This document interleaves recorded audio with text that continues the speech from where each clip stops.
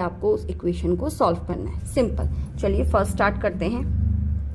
सबसे पहले हमें दिया है x इज इक्वल टू 0 और यहाँ पे हमें एक इक्वेशन दी हुई है। ये हमें इक्वेशन दी गई है 5x minus 4x square plus 3। ये पॉलिनोमियल है जो हमें इसकी वैल्यू फाइंड करनी है। ठीक है, सो आप सिंपल सी P x is equal to 5x minus 4x square plus 3। So आपको x की जगह पे क्या रखना है 0। सो 5 इंटू 0 का स्क्वायर प्लस 3। मैं आगे ही सॉल्व कर लेती हूँ। ठीक है, 0 माइनस 0 प्लस 3, तो हमारा p0 की वैल्यू क्या आ गई 3। ये हमारा फर्स्ट पॉलिनोमियल निकल लिया। सेकंड भी हम इसी तरीके से करेंगे। डायरेक्ट में यहाँ पे पहले ही लिख लेती हूँ p की पावर p ब्रैकेट में -1। सो 5 इंटू -1 माइनस 4 -1 का स्क्वायर प्लस 3। 5 बन जा 5, माइनस का हो जाएगा 1 का, तो क्योंकि माइनस का -1 का स्क्वायर है तो यानी -1 इंटू -1 यानी माइनस माइनस प्लस हमारा 1 हो जाता है। तो ये हमारा -4 रह गया प्लस 3। माइनस माइनस प्लस, तो 5 और 4 को प्लस करेंगे 9, बट माइनस का आएगा क्योंकि माइनस का साइन बड़ा है, प्लस 3।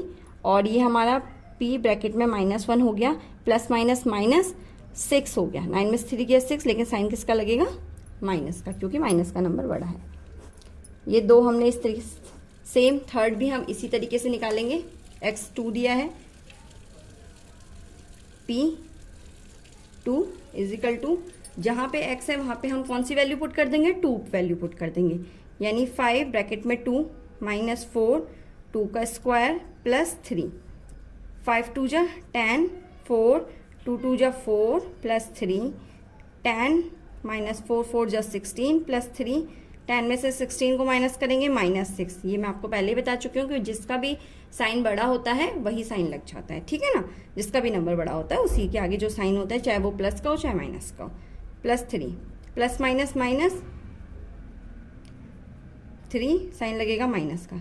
तो देखिए हमने 3 पॉलिनोमियल्स निकाल दिए। ठीक उसी तरीके से इसके आगे की एक्सरसाइज में भी बहुत आसान से क्वेश्चन है। सिर्फ आपको, जैसे मैंने अभी सबसे पहले बताया था कि x की जगह y भी दे सकते हैं और y की जगह कुछ और भी अल्फ़ाबेट दे सकते हैं, बट वैल्यूज़ वो इसी तरीके से देंगे क्वेश्चन में। x की 0 आ जाएगी, 2 भी आ सकती है, 2/3 भी आ सकती है, 1/2 भी आ सकती है, कोई भी वैल्यू क्वेश्चन में दी जा सकती है। ठीक है, सॉल्व आपको इसी क्वेश्चन के अकॉर्डिंग ही उसको करना है। सिंपल, बस प्लस माइनस का ध्यान रखिए अच्छे से। स्क्वायर भी हो सकता है, कोई क्वेश्चन क्यूब में भी आ सकता है, किसी भी तरीके से क्वेश्चन को सॉल्व किया जा सकता है। ठीक है ना, तो इक्वेशन आपको एक दे दी जाएगी, उसी तरीके से आपको इसको सॉल्व करना है। आई होप आपको ये क्वेश्चन अच्छे से समझ में आया हो। तो इसी तरह